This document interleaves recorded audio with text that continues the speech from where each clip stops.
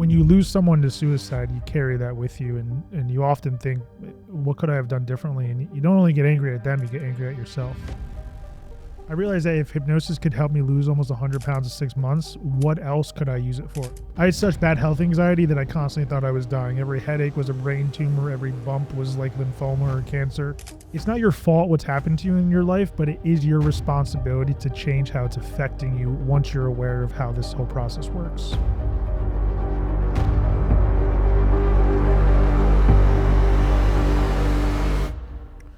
Now, we discussed your uncle and his passing, and then you said that brought on a season for you.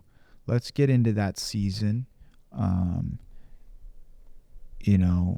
Maybe the turmoil with your family, or maybe like what your escapes were. Mm-hmm. Just discuss it with me, and then we'll zoom into pieces of it. Yeah, so, when I got that call that my uncle had killed himself, you go into shock. You don't really know what to make of it. Obviously you're sad. You have all these different emotions at first. When it's suicide, you tend to get angry, at least that's what, I kind of processed it with, is anger. Because one, you're angry at the person, you're angry at yourself. You're like, oh, what could I have done? Why did he do that? So selfish. And in a lot of ways it obviously is. And also there was just some very weird characteristics to it. Obviously it's not every day you get a call that someone that you love has taken their own life. But what's crazy is my family had been on vacation. I was at college. My family was actually leaving for a cruise that day. Wow. And he was home at my grandmother's house. And he hung himself in my grandmother's garage with the door open. And my grandmother had a little koi pond next to her garage that the neighborhood kids would always play with. They would look at the frogs. And so two little kids, like 7 and 9 years old, were playing in the pond and found my uncle.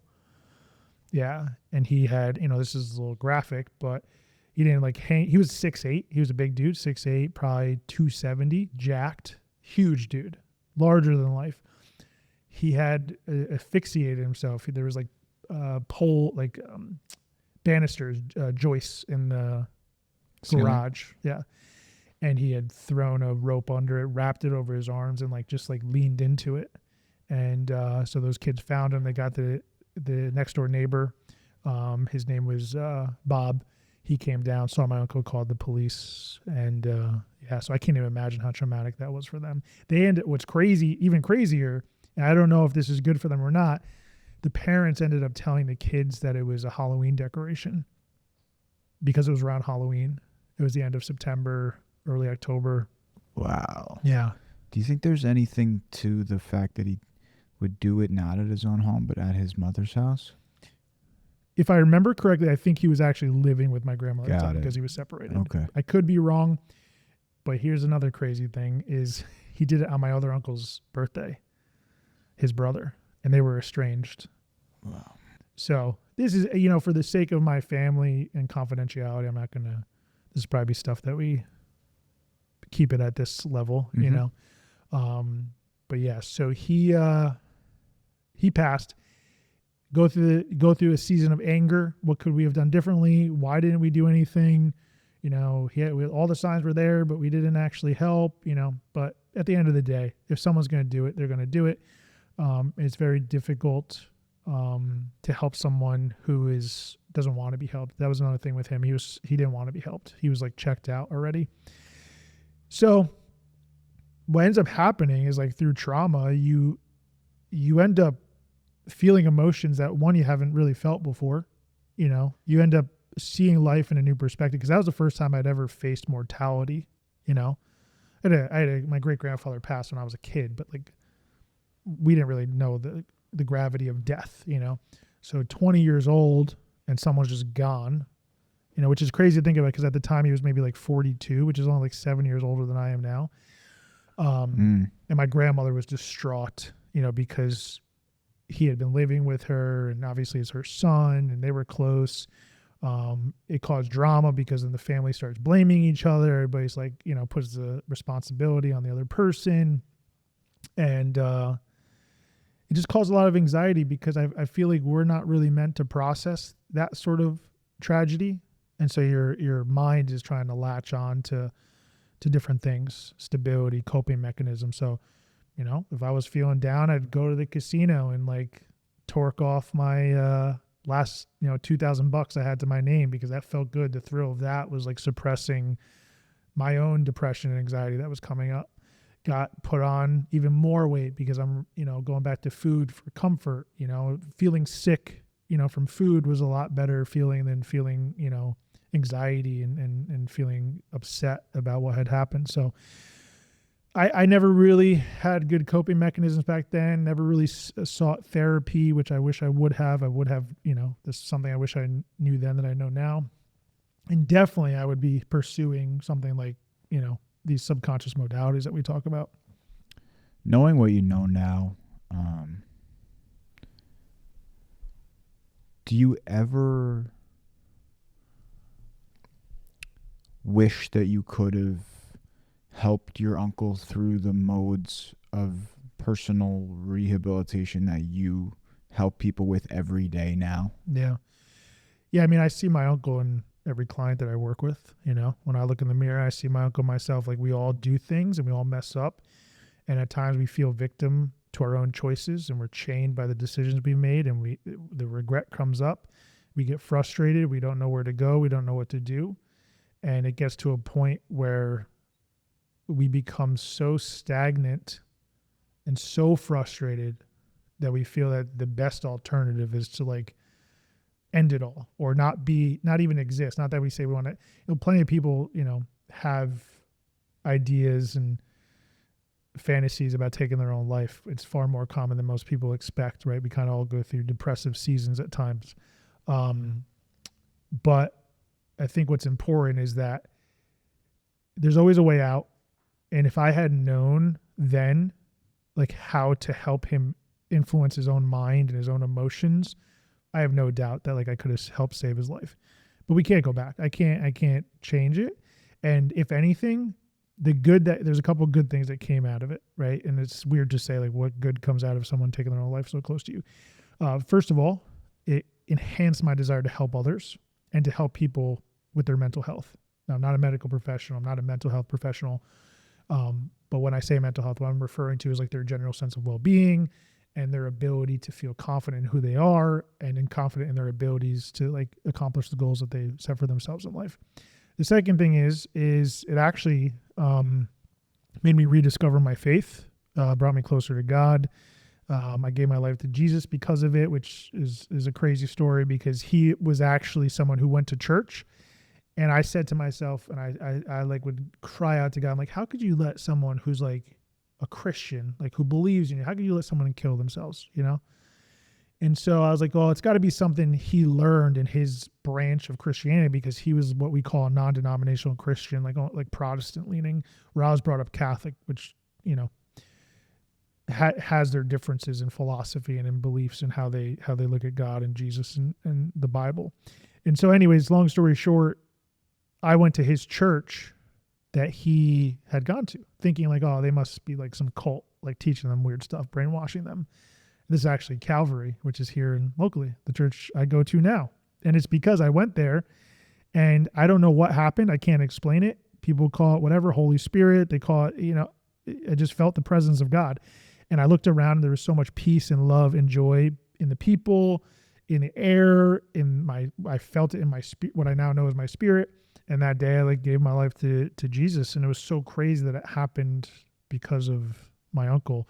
And so, yeah, it's been a long road since, like from a Christian perspective and from a mental health perspective, but here we are. So those are that's kind of the transition. Went from like a lot of anxiety, a lot of fear, a lot of things with my own health, being traumatized by the experience and getting triggered by phone calls, to then, turning my life around a little bit by finding God, but still being subjected to depression and anxiety and my old bad habits, like going, gambling and eating food, which my business was sacrificed, my health was sacrificed. And then that ultimately led, so desperate and rock bottom that I had to figure out a different way. So. Okay. So it was college age and then moving on past that, when you founded your first business. Yeah. So that was when I had mentioned being 26 years old. at kind of rock bottom, looking in the mirror and not even recognizing myself and not being happy with who I was as a person, and how I just like kind of put up these smoke and mirrors and pretend to be somebody I wasn't. That was when I had my tattoo removal business. And something just had to change. And someone was like, why don't you like try hypnosis? I was like, that's weird. I don't want to cluck like a chicken. But something had to change. And I was willing to try anything. Like at the time, if like, I hate to say it, but if things like ayahuasca and plant medicine and those things that we talk about now were around back then, I probably would have tried that stuff too. It just happened to be hypnosis. That was like the low-hanging fruit for change for me. And I did it. Within 6 months, my life completely transformed from the inside out. Like, it's as simple as that. If you knew me back then, you wouldn't recognize who I am today, not just physically, but like personality-wise. I just created my very own Hypnosis app where you can literally have me in your back pocket to help you lose weight faster, make more money, and make your success inevitable. I've combined ancient wisdom and modern-day neuroscience to create this app where you can literally reprogram your own subconscious mind for success. To get started today, click the link below and grab your free 7-day trial. I'll see you on the inside. You said that someone like had suggested hypnosis to you. Was it because you were reaching out for help, or was it because they noticed that you were down bad? Because I was a freaking complainer. I just like everything was an issue, like my health, the pain. I just caught like chronic complaining. Really? I can't even imagine that from right? you. Yeah. I can't. My friends still make fun of me, like in retrospect, like, oh, remember when you used to complain about your health all the time, complain about things. I was so negative. And a buddy of mine was like, dude, you gotta change this. Like, it's like, and he told me, it's like, it's a you thing. It's not, sure, the circumstances around you is not where you want to be, but it's kind of your fault, at a certain point. And so that's my whole philosophy with people today. It's like, it's not your fault necessarily why you are where you are right now, because a lot of it is influenced based on your upbringing and the things that you experienced. But it is your fault once you realize it's your fault. Once you realize you're in control of your life, you have the responsibility to do something about it. And so that was kind of a light bulb moment. That's what kind of hypnosis and those conversations gave me, was this awareness that, you know what, if I want my life to change, I have to be the one to change it. Okay. So your friend suggests hypnosis. Mm-hmm. And did you even know what it was? No, I mean, I just remembered all the stage show stuff I had seen in college. Things you see in the movies, waving a pocket watch, making people cluck like chickens, do funny things. And so I did like a brief like Google search back then, and like saw that it helped with like anxiety, and like it was used for weight loss and things. I was like, whatever, screw, what's the worst that could happen? What year was this? This is 2016, 2017. Okay, so you did some research on what hypnosis actually was, as opposed to what you see in the movies. Yep. And then what happened next? So I booked an appointment with this guy. His name is Mike Mandel. He's in Toronto, Canada. And what's interesting about that is he ended up becoming my mentor. But I saw him, and he was a really cool dude. A little eccentric, but very like matter of fact, practically minded, and made me feel really at ease and explain the whole process to me, and similar how I'm explaining it. We are who we are today because of the things that happened to us and the perceptions that we have neurologically, and hypnosis is just a way to kind of rewire the brain. And so he, waved his little subconscious magic wand on me, so to speak, and used his verbal judo, as I like to call it, and something shifted inside of me that day, where I started eating the way I told myself to eat, stopped being such a degenerate, I was more frugal with my money. I was more intentional in my business, started taking more action, started going to the gym more. I just started doing the things I already know I needed to do, right? It wasn't like he gave me some revelation about business or finances or a new diet. It was like, no, here's what's preventing you from doing what you tell yourself to do. Let's get rid of that so that you just do the thing. And then I just started doing the thing over 6 months, and obviously the result happened because I was doing what was necessary for it to happen. So he just mentioned these things, or what was the session like? Come on, tell me about the session. Go deep on it. So the first hypnosis session for the world's most hated hypnotist today, his first session. Yeah. By the way, we got to clarify why we say most hated hypnotist today. And that's because my whole philosophy, my whole goal with my hypnosis business as a coach is to make hypnosis as accessible as possible. and as affordable as possible. So what I've done with the help of social media and things like my Hypnosis app is that I've made it so accessible and so affordable that most people can experience dramatic change without having to spend thousands of dollars on another hypnotist or a coach or one-to-one or course or things like that. It's not to say that's not necessary. There's always room for mentors, and I have my own mentors and hypnotists myself. But that's why we say that kind of tongue-in-cheek. Hated by the industry. Hated by the industry, other hypnotists. Because he's giving away gems for free. The secrets, yep. So that first session, basically the model of change that this hypnotist, Mike Mandel, presented to me was that you are the way you are because of programs that you learned as a child. And so we have to go in and we have to rewire those programs. And so the first part of that process has to be identifying the programs. And so what is causing you to eat the way you know you shouldn't be eating? Well, I had a program of emotional eating. And so every time that I was upset, I would eat. Even when I was happy, I would eat. And this actually stemmed into two versions of a similar program, meaning I had a program to eat to reward myself, and I had a program to eat to punish myself. And so we had to attack both of those separately. So first of all, the program to eat to reward myself stemmed, what I found through this hypnotic session and tapping back into that database of memories, that program stemmed from when I used to play baseball in Little League as like a 12-year-old kid. If I had a good baseball game, my family would take me out for ice cream afterwards. And so I just simply learned the program of when you do good, part of the reward is food.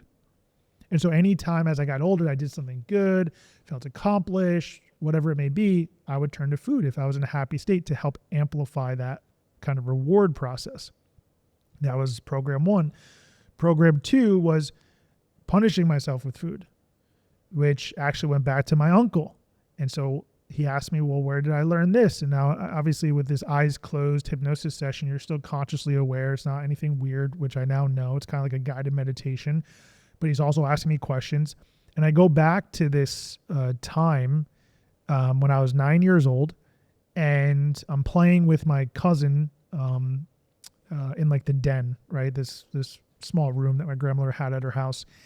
And my uncle's yelling for us to come to the dinner table. And we're not listening to him because we're having fun. She's like on her Game Boy and I'm like watching TV or something.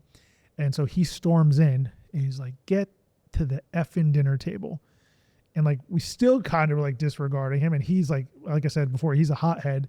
So he grabs my cousin's Game Boy and throws it against the wall. I remember it's clear as day. It was like the purple see-through Game Boy. Do you remember that one? Yeah. I threw it against the wall, shatters all over the place. She starts crying. I'm freaking out. And he's like, he's like, get to the effing dinner table right now. And so next thing you know, we're at the dinner table and he's like, eat your damn food and sit there and be quiet. And so in that moment, I learned that food is punishment because he just yelled at us. We got in trouble. And the next thing was food forcing us to eat, you know? And so anytime that I felt guilty as I got older, anytime I messed up or made a mistake, you know, I would turn to food to kind of cope with that, but it was really a subconscious punishment mechanism that I was imposing on myself. So once I was able to disconnect from those memories and change the perspective on them using hypnosis and really rewiring the neural pathways in my mind that were associated with those memories, I just stopped doing those things. Okay, so you walked away from that first session. How long was it? I don't know, 60 to 90 minutes maybe. And you walked away and you immediately started making those changes? Immediately, without willpower. And I always say willpower is a myth. Now I know this now. I used to think you needed willpower to do these things, but you know, what I realized was like, you don't need willpower to do the bad thing. You don't need willpower to eat the second piece of cake. So why do you need willpower to eat good? You don't, you know? Right. And so I just started eating better, going to the gym more, eating less, and the weight just naturally came off. Okay. So that was the first session. Mm-hmm. Did you immediately know you wanted to begin learning how to practice hypnosis, or did you have another session that helped you with another modality? So over that probably 6 month time period. Yeah. What happened? Yeah. I had a revelation of like the cliche of this could work for me. It could work for anybody. But even before that, I would say is like, I realized, oh, what else could I, this feels like a cheat code. This feels like an unethical advantage or unfair advantage, not unethical, unfair advantage. Well, I guess I kind of skipped over it. I need to zoom in on it. You had that first session, and then what happened as a result of it? I know that like you disconnected from those past traumas, but then what happened? Was that when the extreme weight loss began? Yeah. So over those 6 months after that session, I started just eating better, moving more, going to the gym, and ultimately lost 82 pounds to be exact. I always say nearly 100, which it was, but 82 pounds in 6 months, faster than I'd ever lost weight before. I kept it off. And I always tell people, and not that I have to give a disclaimer here, but I'm clearly not the epitome of health. But if you saw me back then, and I'm sure we could put a picture up with this, I was fat. I was fat. And there's no other way to put it. I was fat. And wow. So in that 6 months of losing that weight, was there another hypnosis session? I don't remember the exact timeline of my next session, but it was around that time. It was either within that 6 months or right afterwards that I had this kind of epiphany that if I could use hypnosis for weight loss, what else could I use it for? And so the next thing was my fear of flying, because I had a deathly fear of getting on an airplane and flying somewhere, to the point that I would miss vacations with family and friends. I would buy airplane tickets and I would miss flights. I'd waste money. And I was like, this is crazy. It's the safest thing ever. But here is an important piece of the equation when it comes to fear. You could logically know that you shouldn't be afraid of something, or that flying is the safest form of travel, but your nervous system and your unconscious mind doesn't know that. And so it sparks this panic response. And so I had learned, once again, if we go under the assumption that we learn our programs that we have as adults, I knew that I must have learned to be afraid of flying. And so I went to another hypnotist, and she helped me with within 20 minutes, get over my fear of flying. Gone. To the point where immediately afterward, I did it because I had a trip coming up, and I was like, I can't miss it, and I want to be on here flying confidently. I was like filming outside of the window. I was like looking outside the window with my phone, like filming it and watching the takeoff, and like excited to be there, which was so crazy because it was a total 180 from my experience of flying before that.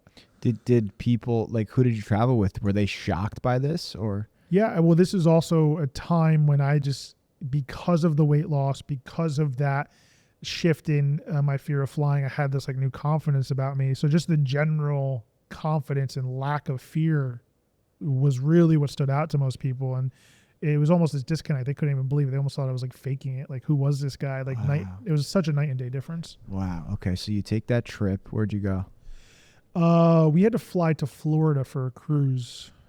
Nice. So, yeah. Okay. And then anything memorable related to your story on that cruise, or you just were living on cloud nine? No, it was, and I hesitate to say it was acknowledged I was living on cloud nine, because there was an excitement to it and there was an acknowledgement that this is different. But I think what's more important is to understand that it more felt normal. The excitement was the normalcy, right? Okay. So when I help a lot of people with fears, and invariably it comes up other people are afraid of flying. They always say, I want to feel excited to fly, go on vacation. And that may be true to some extent, but if flying really is as normal and natural and as safe or safer than driving a car, well, you don't feel excited to get in your car, right? So why would you feel excited to get on a plane? Yeah, sure, you can have excitement about the trip, but it should just feel normal to get on a plane. And that's what I realized, is that normalcy. So there was excitement in that.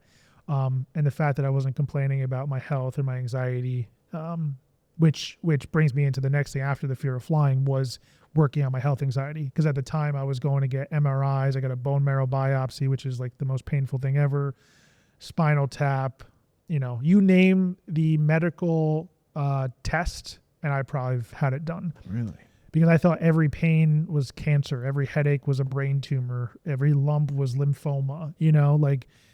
I thought I had Lyme disease. I thought I had MS. I thought it's crazy, to the point that my doctor would he laughed at me at one point unintentionally, basically get your shit figured out from a mental health perspective rather than from a physiological perspective, because clearly there's nothing wrong. We've spent 2 years, tens of thousands of dollars, numerous tests, and there's nothing wrong with you. So stop searching, So how did you completely eradicate your health anxiety, your radical health anxiety? You thought every headache was a brain tumor. How did you eradicate it instantly? I went to the same hypnotist who helped me with the fear of flying. And what's interesting about this session with her is I have no recollection for it. I have no idea what she said. I have no idea what happened, and I had no idea what I was thinking. I got out of that session and have not once had an ounce of health anxiety or fear about my health, to the point that I don't even go to the doctor unless it's an absolute, like, literal medical emergency. Like a regular guy. Yeah. Just never going. Which could work against me at some point. Like, I got to make sure I go with my checkups, because I'm so apathetic about it now that can actually be it. You should have preventative health care. Now, do you think anything was going on in that session different than the other ones where you were basically said that you were lucid?